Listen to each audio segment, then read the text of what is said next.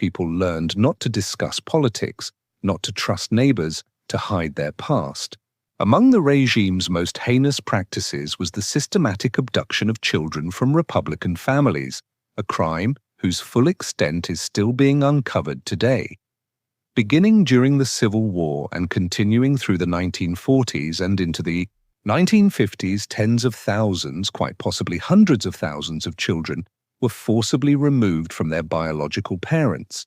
The regime justified this monstrous practice as rescuing children from undesirable political and moral influences. Official ideology held that leftist parents were inherently unfit, atheistic, immoral, dangerous to children's proper development. Removing children and placing them with proper Catholic nationalist families was portrayed as humanitarian child protection.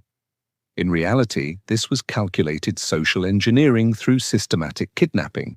Children who would have been raised in Republican, socialist, or anarchist families were instead raised as conservative Catholics and Francoists. Their political loyalties were deliberately shaped from earliest childhood.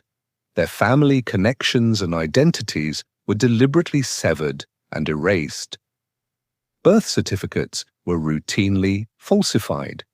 Mothers were told their newborns had died during childbirth, when babies were actually taken and given to approved families. Children were told their parents had abandoned them or died. Many victims never learned their true origins. Even today, DNA testing is helping some stolen children find their biological families, but for many the truth came too late. Biological parents died without knowing their children's fates.